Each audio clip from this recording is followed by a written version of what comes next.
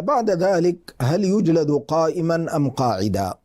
هذا أيضا محل خلاف بين أهل العلم، فبعضهم قال بأنه يجلد قائما يقام بين الناس ويوزع الضرب عليه، هذا بالنسبة للرجل. وأما المرأة فلا خلاف بينهم في أنها تجلد قاعدة، لأن الستر في حقها مطلوب، الستر في حقها مطلوب. طيب، ما هي صفة الضرب؟ قالوا الضرب يراد به الإيلام والإيجاع والردع، ولا يراد به الانتقام. ولذلك قالوا الضارب ما يرفع يده حتى يرى إبطه، وإنما يكون ضربا يعني هكذا دون رفع لليد، ويوزع على الأعضاء كلها وتتقى المقاتل. ويكون الضرب بصوت وسط، يعني ما يكون الضرب بصوت شديد بحيث يبضع لحما أو يسيل دما، وما يكون أيضا بهين لين بحيث لا يترتب عليه شيء، وإنما يكون إلى العبث أقرب.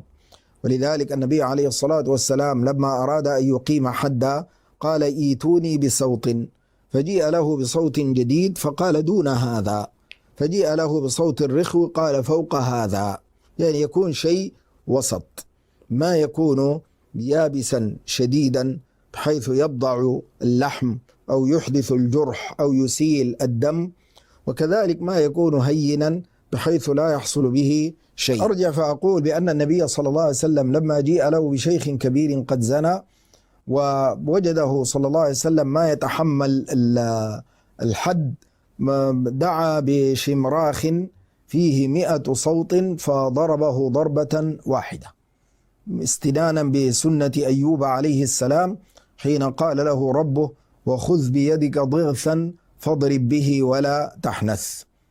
وعمر رضي الله عنه لما جيء له برجل شرب الخمر في رمضان قال له لأبعثنك إلى رجل لا تأخذه فيك هواده، يعني عمر غضب لله، هذا الرجل شرب الخمر وشارب الخمر ملعون، وفي رمضان انتهك حرمة الشهر وهو مفطر، فجريمته مركبة.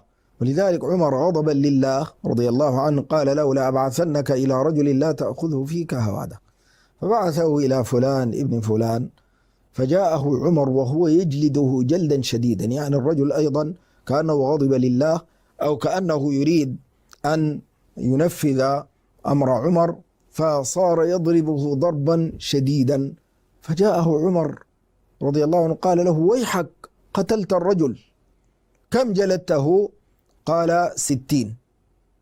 قال له فأقص عنه ب20، يعني خلاص 20 بقية الحد، لأن عمر رضي الله عنه جعل حد الخمر 80 لما تتابع الناس في الشرب، يعني بسبب الفتوحات ودخول كثيرين في الإسلام ممن لم تهذبهم الشريعة.